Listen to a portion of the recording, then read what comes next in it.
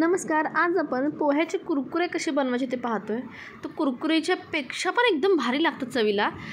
तर एकदा तुम्ही बनवून पाहिले ना तर तुम्ही हे नक्की बनवाल, कारण की बनवायला खूप सोपे आहेत आणि साहित्यसुद्धा एकदम साधं घरातलं आहे. तर त्यासाठी मी ती 4-5 वाट्या पोहे घेतलेत. वाटी माझी छोटी आहे, तुम्ही तुमच्या हिशोबाने घेऊ शकता. तर ते थोडंसं मी भाजून घेतलं किंवा तुम्ही कडकडीत असं ऊन दिलं ना तरीसुद्धा ते कुरकुरीत होऊन जातील. त्याची चांगली पावडर व्हावी म्हणून मी हे थोडंसं शेकून घेते. बारीक गॅसवर 5-10 मिनिट मी आपलं चांगलं शेकून घेतलं आहे. जरा कुरकुरीत असे हाताने चेक करायचे झाले की हे बंद करायचं आहे. पूर्ण थंड झालं त्याची पावडर करून घ्यायची आहे आणि मी आता हे चाळून घेणार आहे. आणि चाळून घेताना मी जी चाळण जी वापरली ती मैद्याची चाळण आहे, म्हणजे खूप अशी बारीक चाळण असते ती आहे. त्यातून खूप असं बारीक असं पीठ पडतं खाली. तर मी इतकं बारीक हे मिक्सरला वाटूनसुद्धा माझं वरती थोडंसं पोह्याची पावडर राहिलीच आहे. तीसुद्धा खूप बारीक आहे पण ती खाली पडली नाही आहे, कारण की आपल्याला खूप बारीक पीठ हवं आहे त्यासाठी मी चाळण घेतली आहे. तर जे राहिलेलं आहे ते मी परत एकदा मिक्सरला फिरवून त्याचं पीठ करून घेते.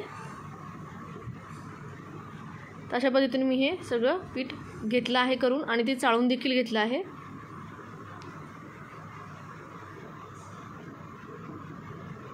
ते प्रमाण तुम्ही तुमच्या सोयीनुसार थोडं कमी जास्त करू शकता.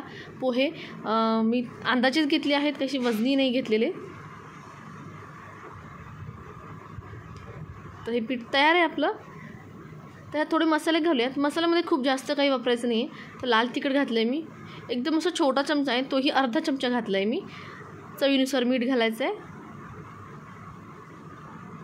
आणि पापड खार घातलं आहे मी अर्धा चमचा. ते सगळं मिक्स करून घेऊयात. थोडंसं कोरडं मी आधी मिक्स करून घेतलं आहे हे.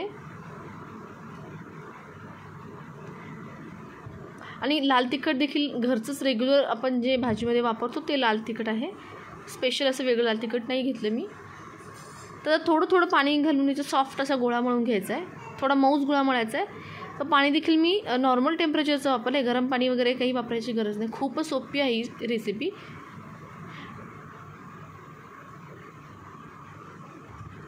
तर मी असा गोळा मळून घेते आहे.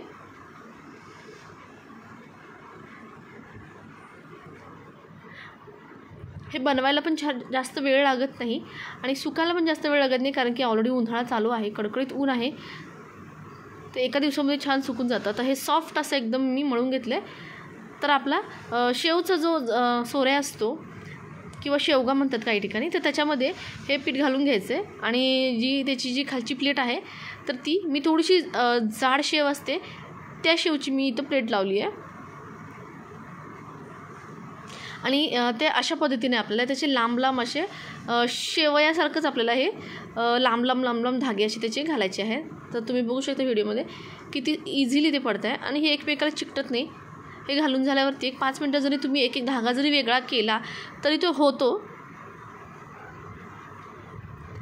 तर हे सगळं असं करून घेऊयात. तर आता थोडा उशीर झाला आहे, एक ऊन थोडंसं चढलं आहे, त्यामुळे मी घरात ताटामध्ये हे करून घेते आहे कुरकुरे आपले हे पोह्याचे. तर तुम्ही जर सकाळी लवकर उठून जर करत असाल तर तुम्ही डायरेक्ट मोठ्या कागदावरती सुद्धा हे करू शकता. म्हणजे असं हे लांब असे कुरकुरे असे जे आपले आहेत ते घालू शकता. आता जितके होतील तितके मी असे हे आणि मी हे प्लास्टिकच्या कागदावरती घातलं आहे, डायरेक्ट ताटामध्ये नाही घातलेलं. तर सगळं झालेलं आहे हे.